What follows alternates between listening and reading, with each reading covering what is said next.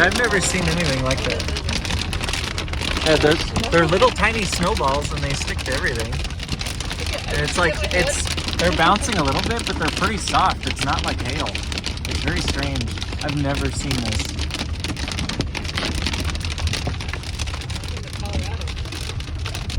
Look at all those little balls on the hood. That is the strangest freaking thing. Look, there's one right there. Get it. Look at that. That's what it looks like. Little snowballs. Little tiny snowballs. Wow. Look at this. They're like snowballs. Just got done doing the vacuum pump and we were doing it in this.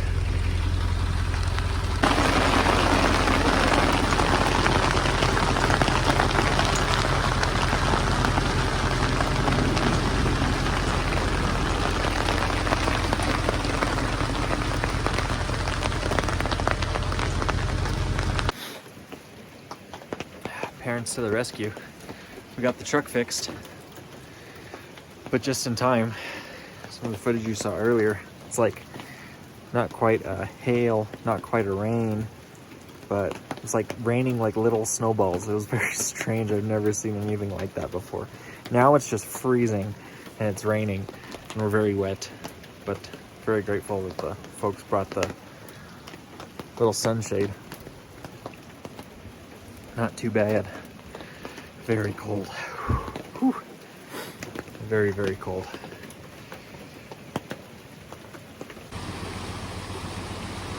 What in the Narnia happened? Just started coming down. So we got the new part in the truck. I was going to do some recording on that, but we started getting those little snowball hail things coming down, so we needed to do it in a hurry so we could put everything away. So I apologize about that, but I'll show you guys what we ended up doing later.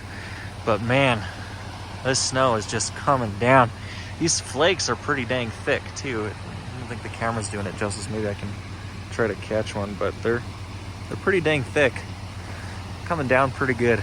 Absolutely beautiful right now though. Couldn't ask for anything more. This is just great. So we're getting dinner started. Folks are gonna camp out here tonight too, hang out. We're gonna have some dinner and just hang out. This is great. This is great. It's like Christmas. Okay, due to weather, I wasn't exactly able to film a lot, but I want to show you guys what we ended up having to replace. This assembly right here is the vacuum pump. This large diaphragm here, when it's spinning, you can actually hear a foam, foam, foam, foam, foam as it's pumping air. Now, the problem we had with the part is that the bearing on the inside completely just demolished itself.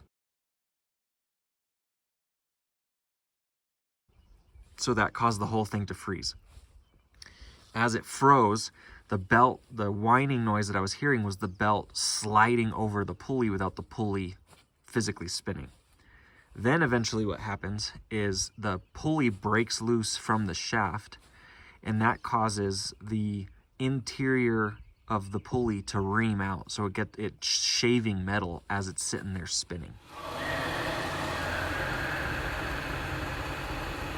And you can actually see the pulley going back and forth. Now the danger of this is if I tried to limp it into town, is that if that pulley were to completely slide off, then it's hitting the fan, demolishing my shroud, causing who knows what damage. Not to mention my serpentine belt would completely fly off. So you can let your imagination go with what could potentially happen by taking that risk. Now we ran into a different problem. Most of the internet research I was doing showed that this assembly came with the pulley already bolted on. And initially I wanted a bolt on, but the reviews were absolutely atrocious.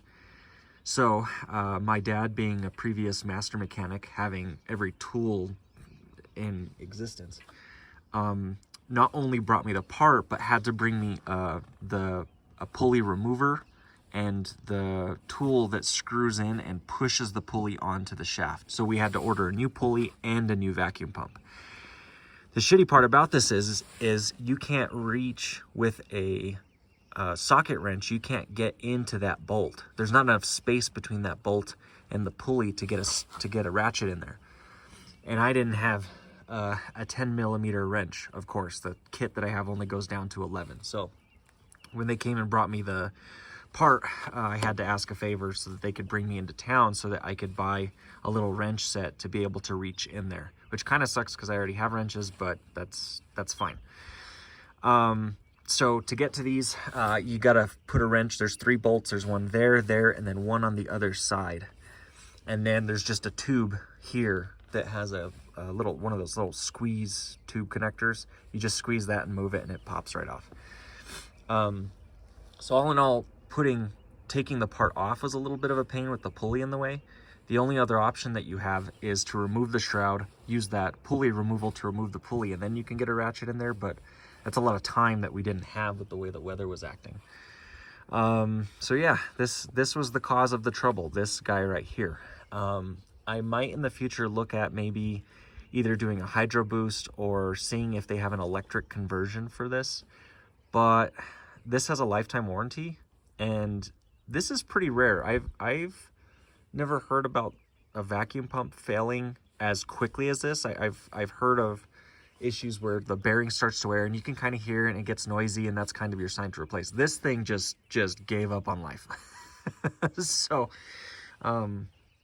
it was very unusual, but you know, she's up and running now and she's good. So we'll be keeping an eye on it just in case. It is not a Motorcraft, so it does have me a little worried. It is the standard brand, so I will keep you guys updated with how this lasts.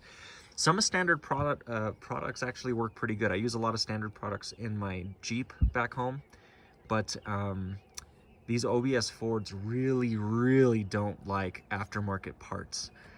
I've been down that hurdle before and it sucks. As an example, the lifter pump that's underneath here, which I don't think I'm going to be able to show you, but let's see if I can get up here. It's a little slippery, so I don't want to die. But there's a lifter pump. You see that like gold little cylinder back in there? So that's a lifter pump. And while the crankshaft is spinning, there's a little tube in there that goes up and down. It's like a little, kind of looks like a little valve, like a lifter valve that you'd see inside a motor, and it goes up and down. And that pulls motor from the lift, from the tank lift in the fuel tanks, it brings it up and then pressurizes it, and it dumps it into that fuel bowl there and then delivers it into the motor. Now, I had put an aftermarket lifter pump in here because that's all that was available at the time.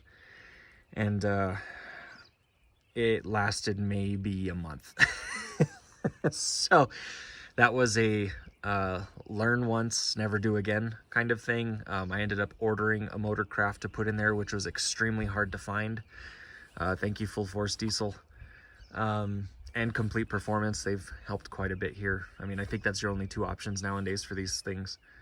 But yeah, cannot use aftermarket parts on here. Another example is I tried using an aftermarket vehicle speed sensor that goes in the axle, and that didn't go well at all. So I had to pull that out and order a Motorcraft. So yeah, word to the wise, be careful with aftermarket parts. Some vehicles are okay with them, some are not. This thing is extremely picky, but you know, 7.3 is a reliable motor. It's just some of the stuff attached to the motor that doesn't like to last as long. so whatever. She's a beaut either way, so still happy with her. She's great. Has decent amount of power to pull the camper too. I wish it had one more gear though, man. 4 speeds are just, whoa.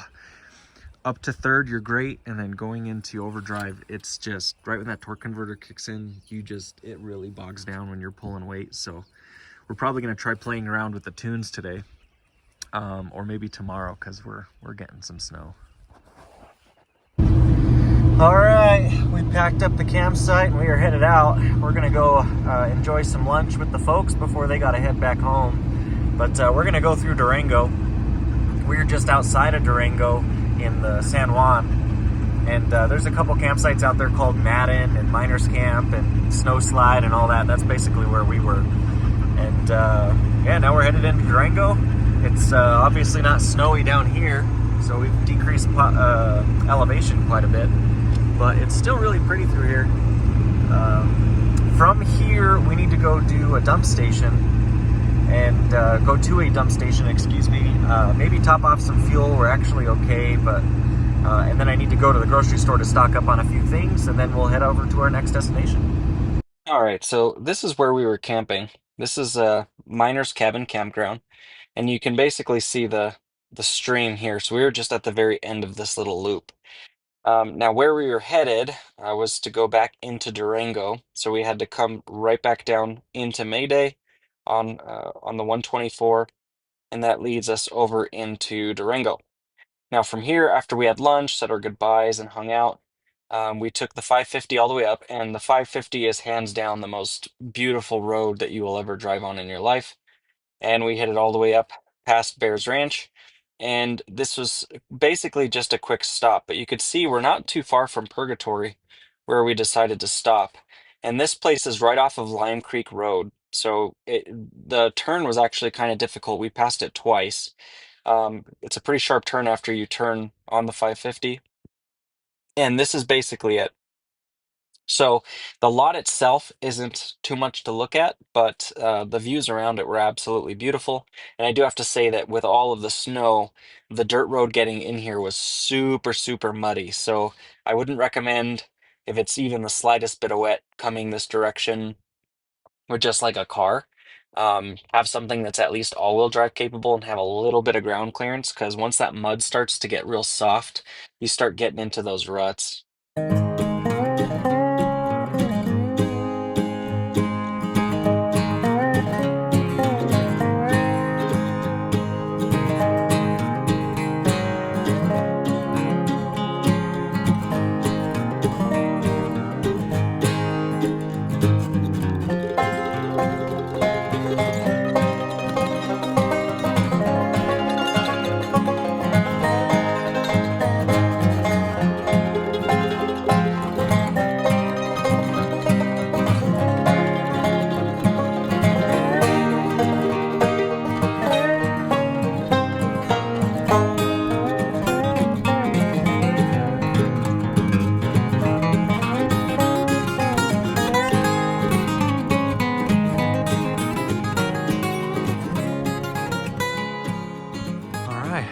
Just got the camper leveled, got the stairs up, got the WeBoost cell phone signal booster up. So I've got it on this little retractable pole that has little sections, and it'll go higher than this. I'm just out of cable. Kirk has eaten snow, doing Kirk things, but still coming down with the snow. It was a little hard getting in here. It's very muddy, very squishy. So almost needed the 4-wheel drive, but we didn't use it. Really nice setup here. Love this tree. We're kind of a little noisy. There's a little road where you hear an 18-wheeler pass by every now and then, but it's not the end of the world. What was really cool, I tried to catch it on camera, is there is a steam train that you can ride that goes from Durango through Silverton. And we're not far from either. And we heard the steam whistle in the distance, and it was just so cool. In this environment with the snow and a steam train in the back, you just can't do any better. So we're set up. We're gonna go ahead and get started on dinner. We found a really cool meat like deli place out in Durango, and it was kind of by the Home Depot there, and they have all kinds of crazy meats. So we got elk, ground elk, which I absolutely love. We have these like sausages that they make with blueberries and bacon. Super excited about that. And then we got some Wagyu beef. So been wanting to cook that for a long time, and it was a decent deal. I mean, it was a little pricey. It's like Whole Food pricing, you know. Not too bad. But we're gonna get inside for a little bit. My fingers are officially frozen. My hair is crazy. But we got some drone footage, so we'll be sharing that, and it's really cool. It is a little dangerous here though. There's a little bit of an incline here. I don't know if you could see that. It kind of just falls off right there. So we're at the edge of a cliff, so we'll just need to be careful. Keep an eye out for the dog and stuff. Well, all right, let's go on, Kirk. Come on. See him back there, playing as always.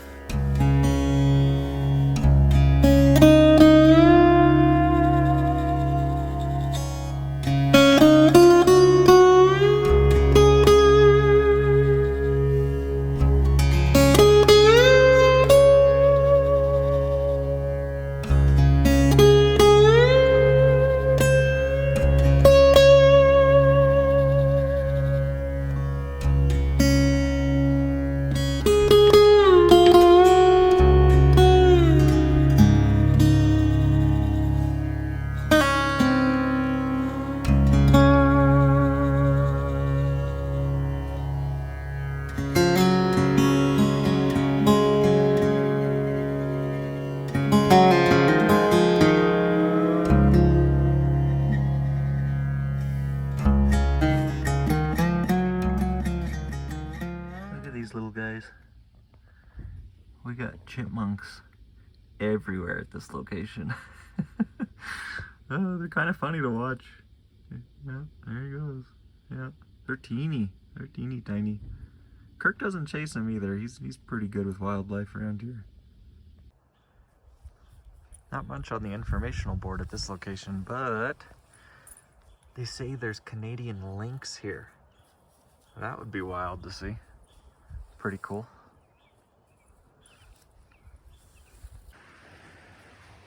We got a little bored at camp, so we're going for a little explorer. Nothing too big, just around the corner from the camp, because you can hear another stream or a creek. I don't really know what the difference is. You can hear running water down here somewhere. And this looks like a little trail that's not used a ton, but could be cool. Surprisingly, the thing that surprised me the most about this trip so far is the lack of amount of wildlife we've seen. You know, in New Mexico, there's deer and elk and stuff all over the place. And, you know, since we've been out in the bush out here in the mountains, we haven't really seen a whole lot. It's interesting. It's really pretty though. Very pretty. I mean, maybe that's a good thing. But you know, deer and stuff is always pretty cool.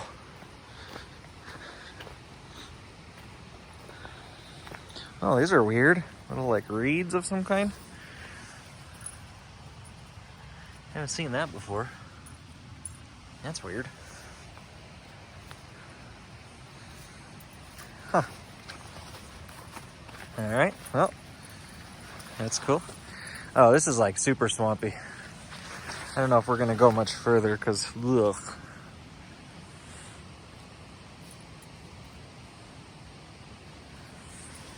Well, we can find our way through here.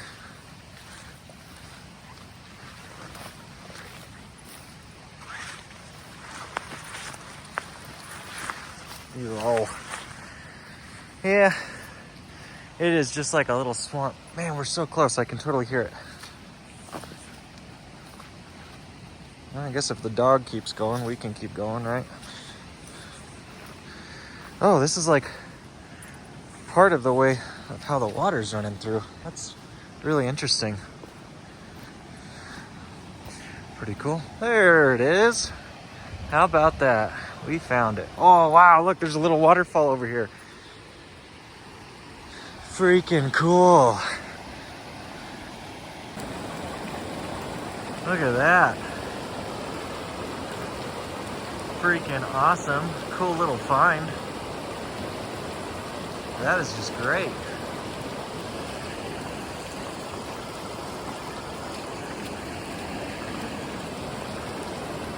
Oh, man. Very nice.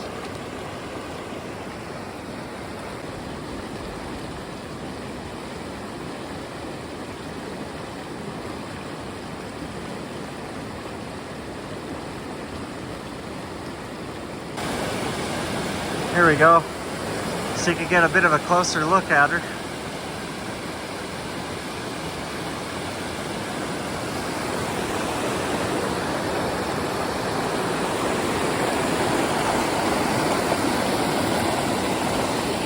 Kurt, not too close.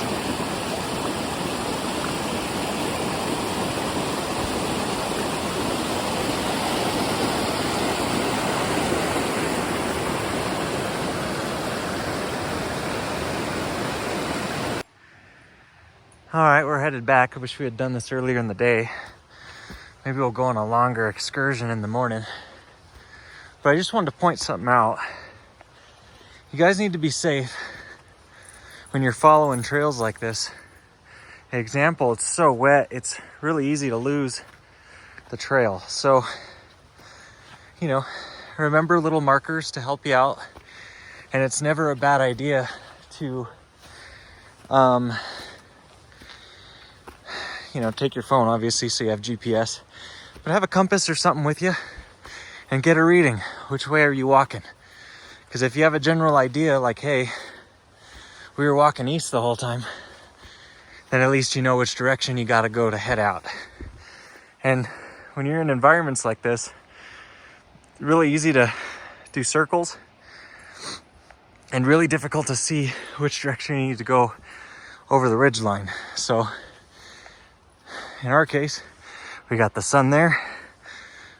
We walked east, so we know the sun sets in the west, so we know what direction to go. Easy as that.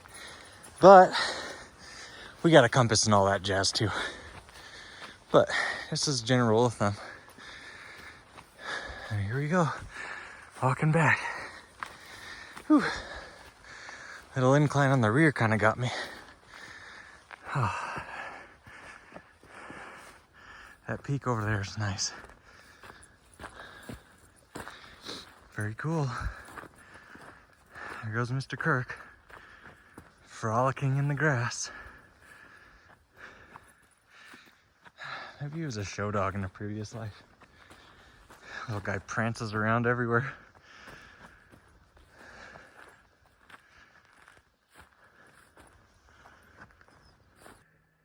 For dinner tonight, we're gonna try 2 new things. We stopped by the Sunnyside Farmers Market in Durango and got some interesting things. Bought some Wagyu steaks, got some elk ground meat to make some elk burgers. But then I saw these in the freezer, maple blueberry bacon bangers. Ouch, really pricey, but this sounds crazy, so I gotta try it. So we're just gonna do one, we'll save the rest for later. And then the other thing that we're gonna try new, I picked this up from Costco. I love street corn, and so we're just gonna fry up some corn real quick, throw this on top, and see what it tastes like. I don't have an outdoor grill on my rig yet, so I gotta kind of fry these in the pan, but oh my god, they smell so freaking good. I can't even describe it. I hope they taste as good as they smell. We'll see. Guys, I don't know what to tell you. The next time you're in Durango, you stop by and you get one of these. It is so freaking good. It's like sweet, like a pork sweet. And then the blue, oh, just get it. I know it's a little pricey, but oh my lord, that is really good. That is good.